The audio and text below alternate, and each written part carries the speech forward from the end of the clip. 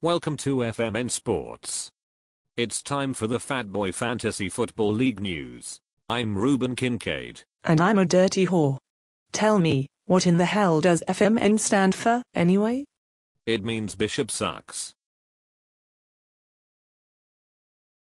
Good one. Yes, Bishop certainly does suck. Well, things sure are heating up in both divisions as we pass the season's halfway point. True that, you dirty whore. Can you believe that Coin's ass-raped team dropped another game? It's incredible. For one of the league's highest scoring teams, Coin's squad has been sodomized nearly every weekend. And we're talking violent sodomy without any lube. Yes, it seemed painful.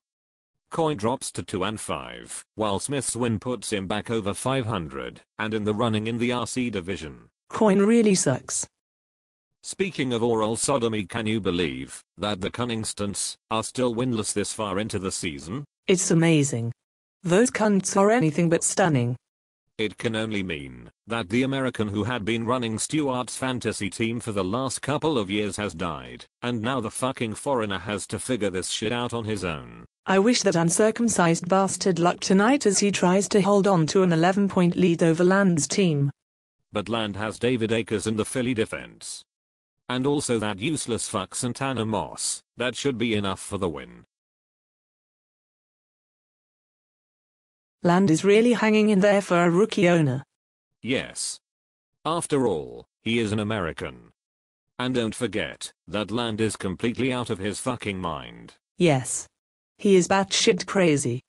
Opalski had a big win over Bishop on Sunday, beating his longtime nemesis by a score of 87-78. The Ice Cube incident is keeping pace in the RC division while Bishop drops to 2-5.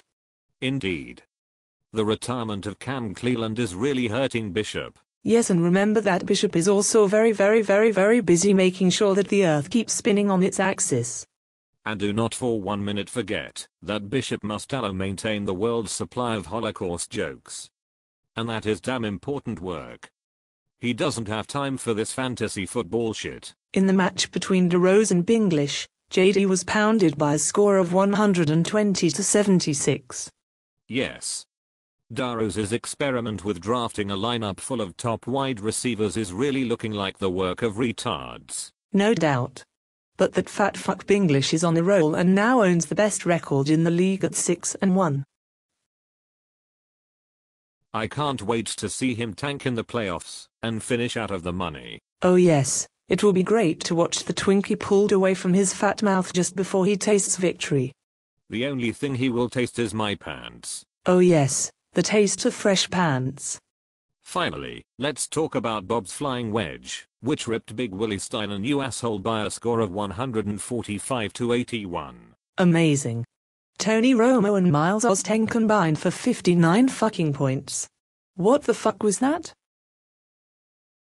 And don't forget that Bob still has that cocksucker from the Eagles, Brent Selak, playing tonight. As for McCarthy, he keeps pace with DeRose in the Bradler division at 4-3. But I'm sorry to say that Big Willie's style is now looking like a bunch of limp dicks. Yes, they seem to be nothing more than a collection of tiny Irish penises, and not worth a fucking thing. Well, motherfucker, that sums up this week's action in the FBFFL. Thank you for watching. Thanks, you dirty whore. Stay tuned for more Fat Boy Fantasy Football League news. I'm Ruben Kincaid saying goodnight. And Bishop sucks.